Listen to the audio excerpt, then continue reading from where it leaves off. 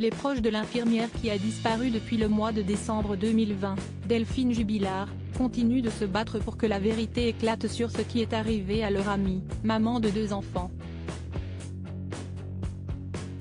Elle s'insurge contre les déclarations d'un ami de celui qui est considéré comme le suspect numéro 1, son époux dont elle était sur le point de divorcer, Cédric. Depuis cette nuit du 15 au 16 décembre 2020, les proches de Delphine Jubilard attendent qu'un élément significatif puisse faire avancer une enquête qui n'a toujours pas permis de retrouver la trace de l'infirmière de Cagnac-les-Mines.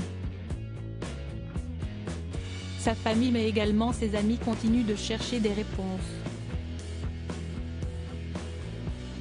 Certaines d'entre elles ont pointé du doigt l'intervention d'un ami du mari de la disparue, invité à la télévision dans Touche pas à mon poste le 10 février 2022.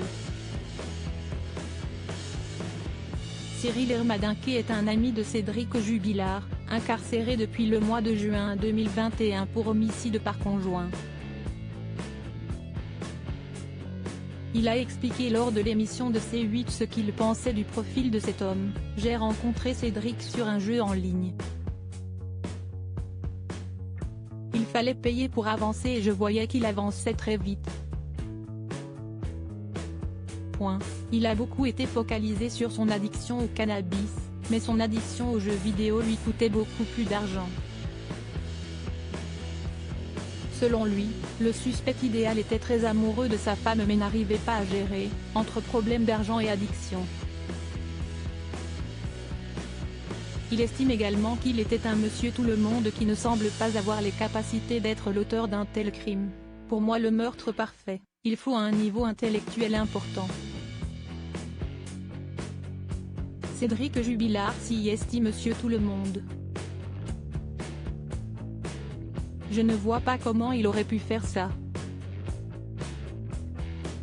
Ce à quoi Maître Batik, avocat de la famille Osaguel, nom de jeune fille de la disparue, rétorque, si esti tout sauf monsieur tout le monde. Il est très intelligent. Et puis si esti un joueur de poker, très bon joueur de poker. Sur le compte Facebook en soutien de Delphine Jubilard, maman de Louis et Elia, ses amis réagissent aussi aux déclarations de l'ami de Cédric Jubilard. Elle souligne l'étrange coïncidence de sa venue la veille de l'audition du peintre plaquiste et estime qu'il ne connaissait pas vraiment sa personnalité. Si esti sûr qu'en l'ayant vu qu'une fois, vous ne risquez pas d'avoir vu le vrai comportement de votre ami ou connaissance devrais-je dire, et encore. Elle l'attaque également sur le fait qu'il déshonore sa profession, la police. Vous avez le droit d'avoir des convictions mais en étant policier, vous avez remis en cause la justice et vous bafouez le travail des enquêteurs qui se battent depuis plus d'1 an pour retrouver notre amie Delphine. Dans la dépêche, Amy, Hélène et Séverine avaient affirmé à quel point elles avaient confiance dans les autorités pour faire avancer l'enquête.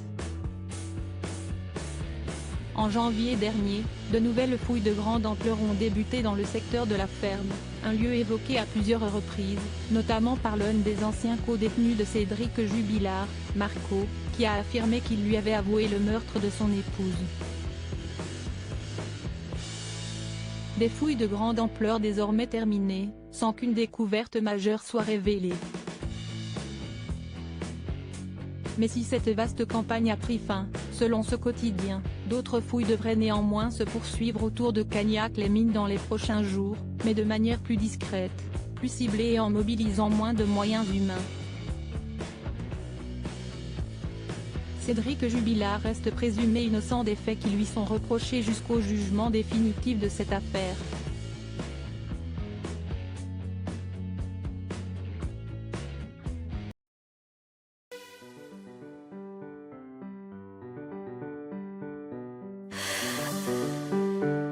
The man I love just had